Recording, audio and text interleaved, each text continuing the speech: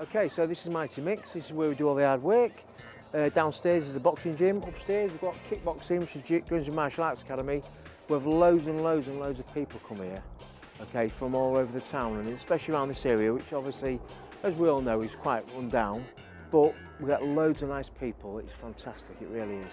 But like I say, we've got Kev Hooper fighting from here now, who's going for an English title pretty soon. We're just waiting on the boxing board to give us a date and an opponent. So we're just going from strength to strength now. It's looking after all the kickboxing, the kids, and the boxers, and now it's just going a lot better now. You know, so it's definitely on the up.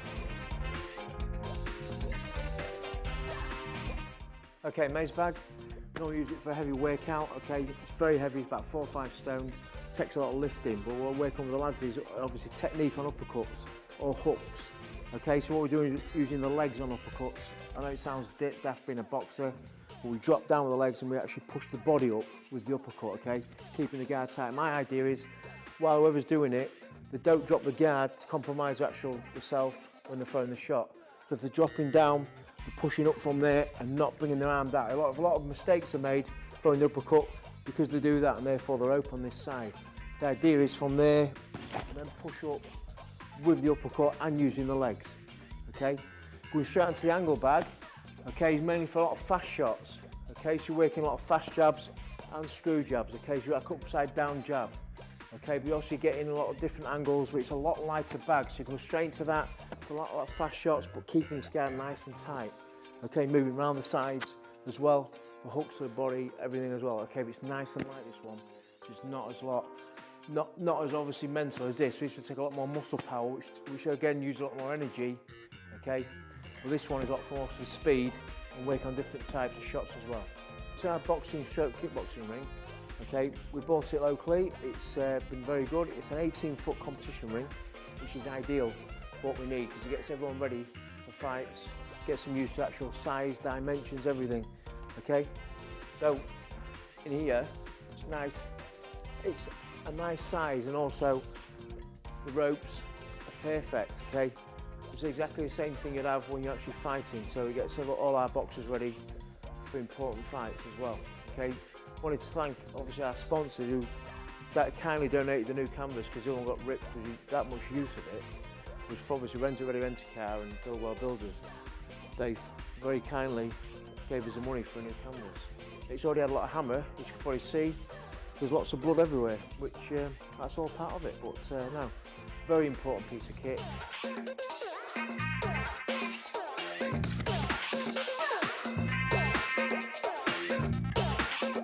When we're working with the Shoguns, we're getting ready for tournaments and stuff, okay? So what we're working on now is actually throwing a shot and countering a shot, okay? So basically blocking a shot, but hitting before the opponent. Okay, so basically what you're doing is you're trying to suss your opponent out, okay, by making them work first, okay, and then the idea is it's called block and parry, okay. That's the idea behind it, like you do with boxing, but we're working with Shoguns and same sort of things, okay. Just working with the girls and the boys and getting them ready for tournaments. That's all. They just want to get basically some of them. They don't want to fight. They don't wish to fight, but they want to learn how to look after themselves in case they have to. So, and that's why they're here, just so they feel confident in what they're doing. And as you can see, they have a lot of fun with it as well, which is really good. Yeah.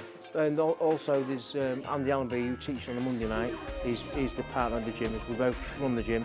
We've got Wayne Patterson on a Thursday, does the boxing downstairs, and also helps me on a Tuesday night. He's a boxing coach. And then Andy does a Wednesday night. I'm covering for him tonight, but it's we've been training together for 30 years, so we know each other quite well, and we've had the gym since 1998.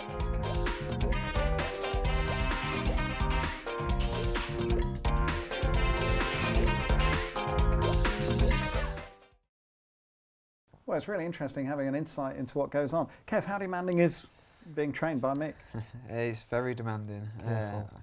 Obviously, he pushes you to the limits, and in this sport, that's what you need. And obviously, it's making me succeed in what I'm doing now. Yeah, really interested to find out more about the routine. What do you do? Just give us an example, a typical day, if you like. Routine, I train twice a day, 5-6 times a week. So it's different on what's coming up, really. Obviously, I'm training early morning, fat burning or a bit of strength work, and then on the evening it's the boxing, and I get pushed to the limits by Mick. Yeah, pretty hard. And not just the training, but diet as well is a key thing. Yeah, absolutely. He's got to watch what he eats. A lot of people make mistakes on that. They think just because they're training they'll lose weight, but you have to actually do both diet and training. And obviously in Kev's case it can be dangerous. You have to be careful what you eat and how you do it, really. I'll say now I've been given a strict diet plan by one of my charities that I do. Is supply me with a good diet, so I'm sticking to that at the minute. How does training day in day out and the routine of it compare with training for a fight as you get close? Yeah, it is tough. I mean, obviously you have to take it up a level when a fight's coming up, but just obviously you're on tick over at the moment, which is just keeping fit. Then when the fight comes up, you have to start working on obviously speed, power, speed work, and obviously ring craft as well. Yeah. And then start getting the sparring in. It's quite important. You're a lightweight boxer. How does it affect the way that you train as opposed to any other weight boxer? No, it's about making weight really, and obviously with the correct diet and the training, it's just you've got to be disciplined to get down to that weight and feel good at it.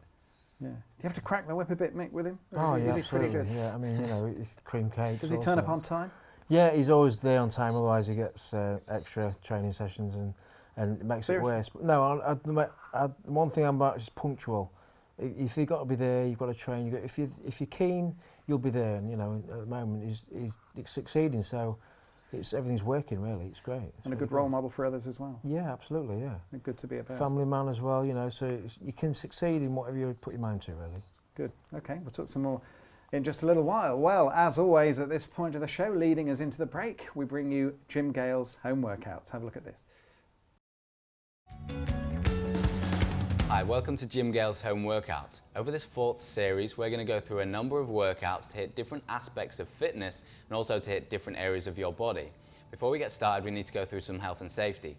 First of all, always warm up at the start and always cool down at the end. Also, I'll be asking you to use some equipment at home, so don't use anything too heavy and never push yourselves too hard. Okay, let's get started. This week, I'm going to show you isometric training. We're going to start with a static leg raise. Bring the feet up to about 6 to 12 inches off the floor. Try and lay your head down on the floor and just keep breathing all the way through. Hold that for as long as you can without dropping it, and just rest if you really need to rest. The next one we're going to do is taking our dumbbells. And again, if you haven't got dumbbells, you can use some cans or something. Just make sure it's not too heavy and just hold it again about 6 inches off the floor. You should be tensing up your pecs and your chest and also making sure your arms are nice and solid and keeping them tensed. Then we're going to lay those dumbbells down, bring ourselves round to a plank position, shoulders above the elbows, hips neutral so they're not too high, they're not too low, and just keep breathing all the way through. Again, if you really need to stop, then you can stop, but hold it for as long as you can hold it and push yourself. And that's isometric training. So, Eric, what are you doing tonight? I'll be attempting to play lacrosse tonight. And I like the word attempting to play there. But is it true that you used to play back home in Canada? Yeah, I played a little bit. Nothing to this extent back home. It was more of just passing the ball back and forth between friends. So we'll see after we get some technical drills out here how I do. So it was more just like a social game back home then? Yeah, it wasn't very structured at all. So what are you hoping to gain from tonight's experience? I hope just an overall view of what it takes, what an everyday practice is for these guys. Maybe a little bit of passing, stick, or dribbling as they call it maybe, and a little bit of shooting. So.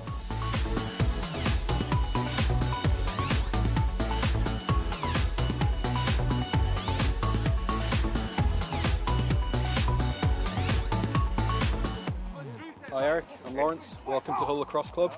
As far as I understand it, you've had some experience of lacrosse before. It's going to get physical. You'll need that. Start off passing, shooting, catching. Go get kitted up, and then we'll join the team. Yeah. Absolutely. Let's go.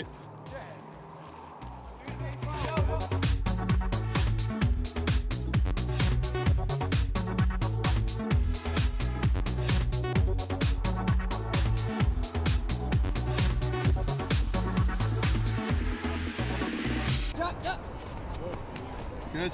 And then you're aiming for here, yeah? Good. So you feel it's like a snap of the wrist. Yeah. That's good. The ball goes down.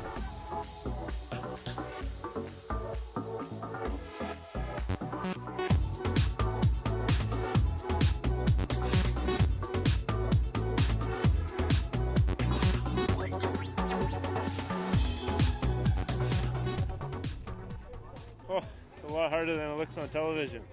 I think I'm doing all right. I think I'm getting the passing down. Couple balls hit the turf, but overall I think I'm doing all right. We'll see how this next drill goes.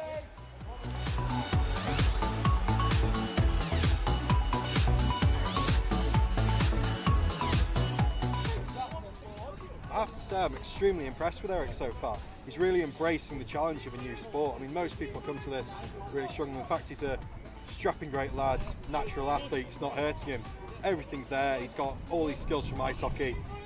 I'm panicking a bit that I'm about to get cut from this team, and definitely, in fact, panicking.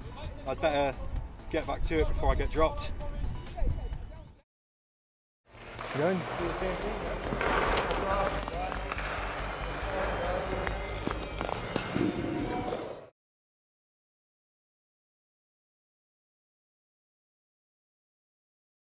Yes, welcome back to On the Bench. Joining me in the studio, Coach Mick Blythin and local boxer Kev Hooper. We'll be chatting some more in a while, but coming up in this half, in particular, more about Kev's next fight with our interview with Graham Taylor and trading places too, so stay right with us, won't you? First though, let's round up the region's results in team talk. Well, it's football first, and with the Premier League games making way for the FA Cup semi-finals, Scunthorpe United were the highest placed local team in action this weekend.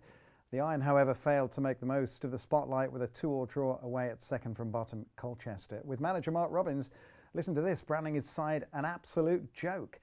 Well, meanwhile, in the conference, Grimsby can only manage a 2-2 draw at Southport, whereas Lincoln City dropped to 15th in the conference. They were beaten by promotion hopefuls Eastleigh. There was also one result from Conference North, where North Ferriby United drew 2-2 with Leamington. In rugby, Market Raisin and Louth appeared to have one eye on next week's NLD Cup final. They were soundly beaten 38-5 in the league against Ilkeston. Meanwhile, Grimsby Seconds had more luck on the road this week. They convincingly beat Selby by 43 points to 0. With no lacrosse score this week, that brings you right up to date with all the team talk from around the region this week. Now, on Friday, Blundell Park was graced with the presence of former England manager Graham Taylor. I went along to meet the man and take a trip down memory lane. Have a look at this.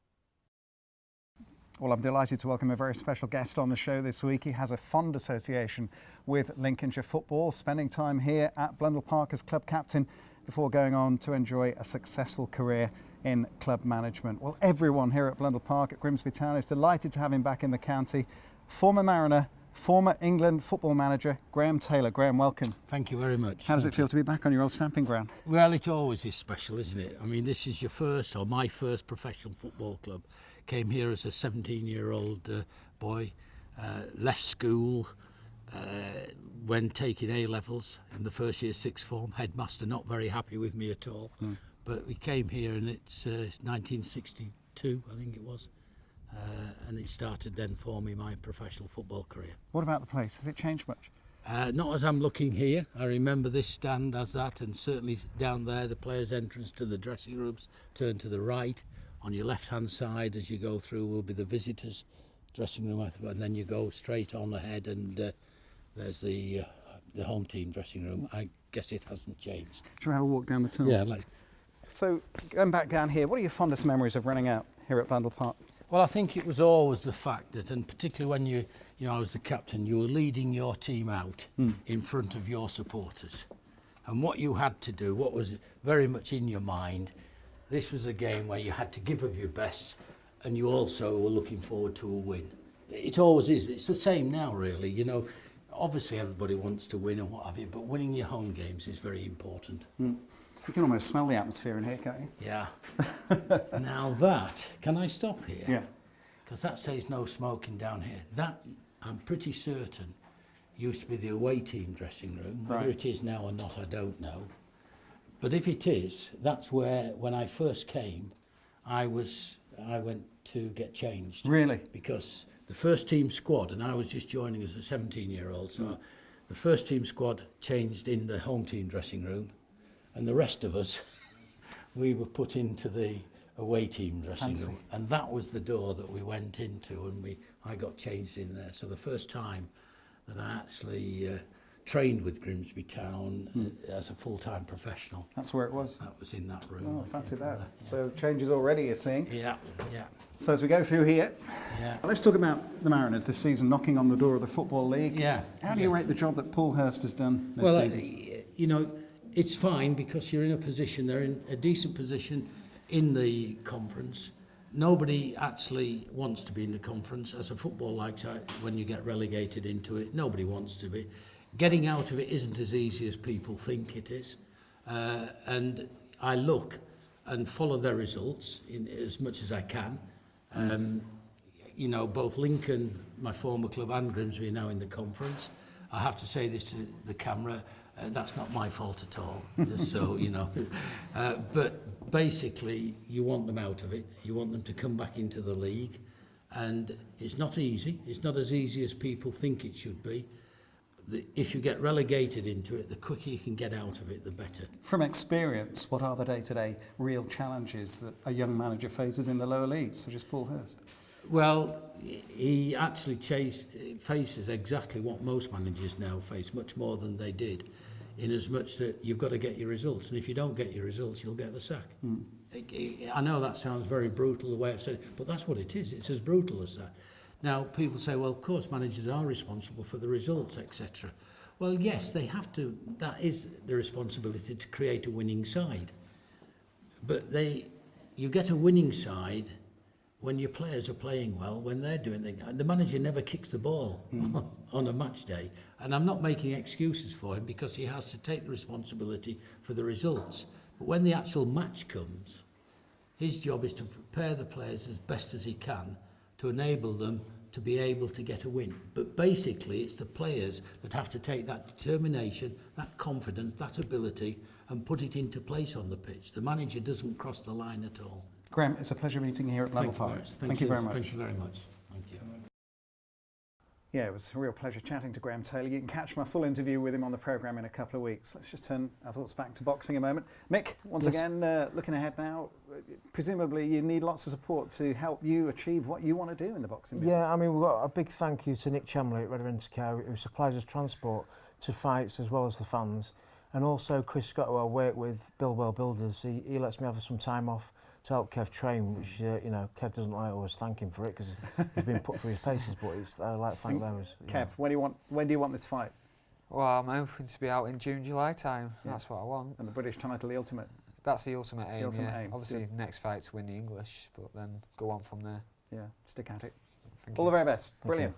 Now, you may remember we showed you Eric Galbraith from the Hull Stingrays having a go at Hull Lacrosse 2 weeks ago, but let's trade places now. Here's Lawrence Pearce from Lacrosse, getting his skates on and heading onto the ice. Hi Eric, good to see you again. Congratulations on the win. Looking forward to getting out there. So, what are we going to do? Yeah, it was a good game today. How'd you enjoy it? Really good. Terrified, a bit nervous, but we'll see how I get on. We got a full kit for you. We got those knee pads I was talking about earlier. So, how about you come with me and we'll get you kitted up? Yep.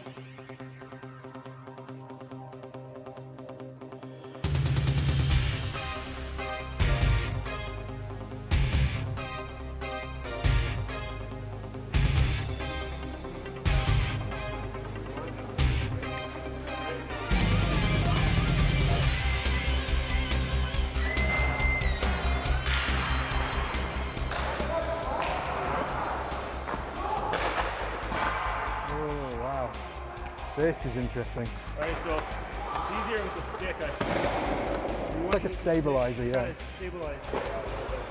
You want to use the edge. So you can go like this. You feel the edges of your skate. To push off and... Yeah. Just find that balance. Ooh. And kind of slow it down, try and stop on the blue line. There you go, it's fine. We'll turn around and we'll go back. Yeah. Going. Do the same thing.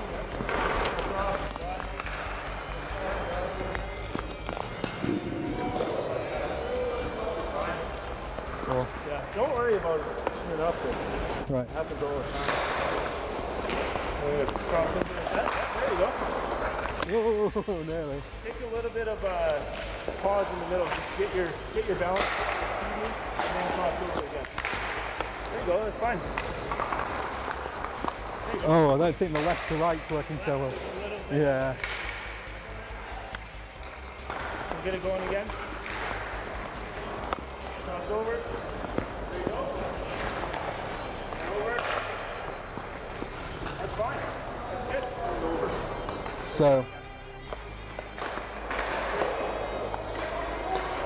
There you go. Perfect. Natural.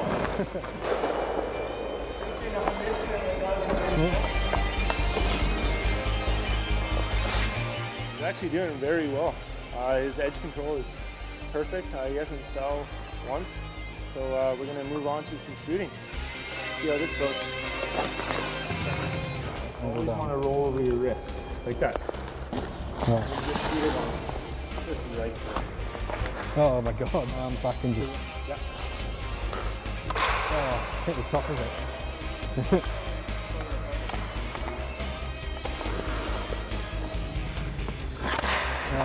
I'm turning it up a bit.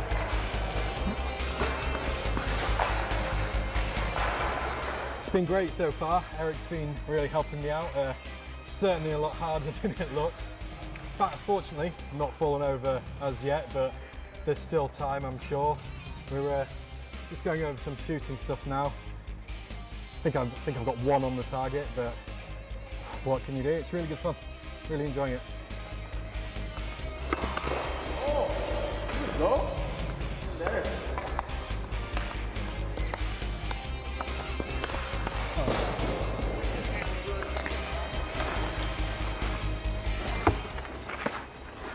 You alright? Cheers. Really enjoyed that. Thanks very much. As I said earlier, harder than I imagined, but cheers for showing me out. Yeah, but you did Not great, falling. man. I You think didn't even fall once. I was expecting at least a couple falls. next Wayne Gretzky. Yeah, no kidding. Maybe I should be worried about you coming in and stealing my spot. All jokes aside, do you think I've got what it takes to be a Hull Stingray? I think you got a shot at it, yeah. Just So you should come I'll out a couple take more that. times, and then we'll get the edge work down. We'll get a couple shots going, and no, I'm really impressed with you. You did great. It was a good week. Like the last week, I came to you and did some lacrosse, and it's been a good experience. I think you're a bit more proficient at lacrosse than I was at ice hockey, but Lacrosse, you're on the turf. You're not really on the ice. start somewhere. Oh, absolutely. No, that pretty much wraps up things for trading places. Back to you at the studio. Well, that's sadly all we've got time for tonight. Thanks again to Mick and to Kevin. All the very best, of course. Thanks for joining us in the studio.